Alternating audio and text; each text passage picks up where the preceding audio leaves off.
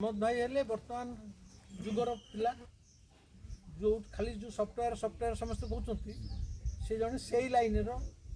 युवक जी सर्विस कर पिला पढ़ाऊँ सफ्ट लाइन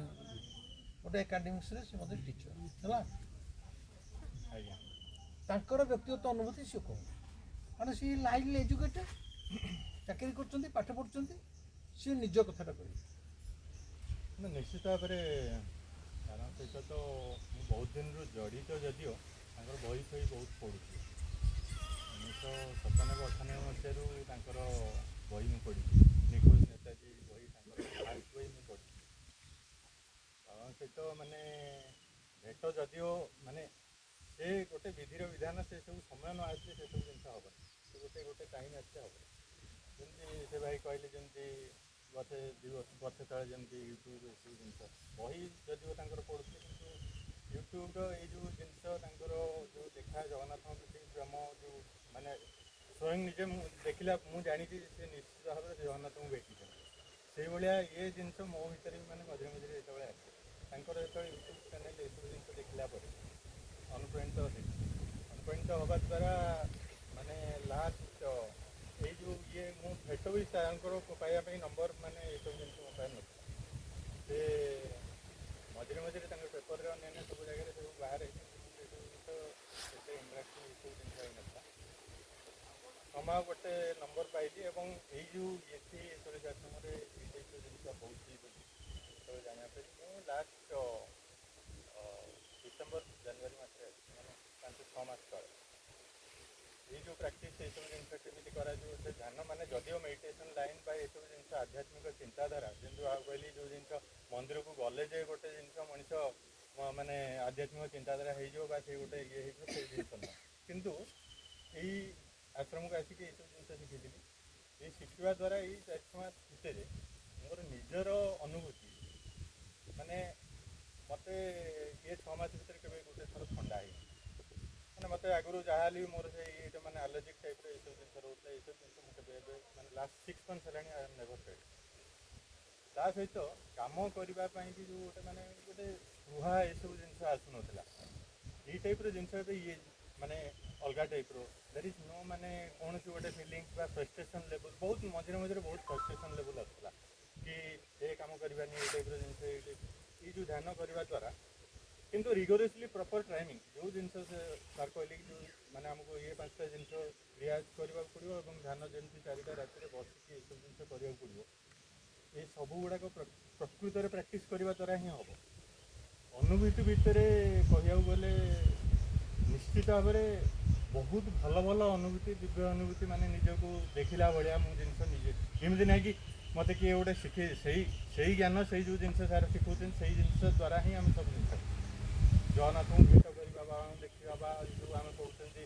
महावतर बाबा आरंभ कर बहुत प्रकार जो माने माने से दिव्य अनुभूति से भाई जमी कहले निजे फिल कले ही जो जिन से आसीपर और देह भितर जो शिहरण हवा ये टाइप जिन गुड़ाक हम रिसेंटली आपन को कहती जो मोर से जो पारा कनसेप्ट मु हठात गोटे दिन माने एमती बसला बेले गोटे थर ध्यान करुँगी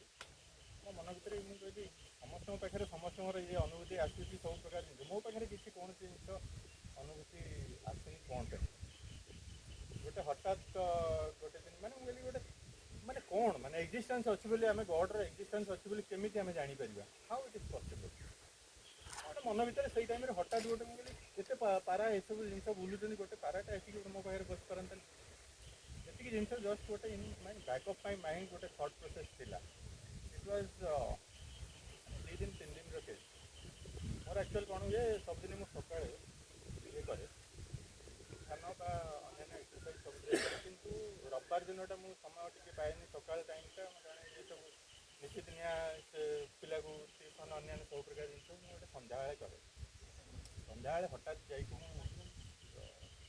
हाथ उपर बसी and that is around 7:15 7:20 evening से सन्ध्या टाइम में हठात गोटे देखुची गोटे पाराटे बस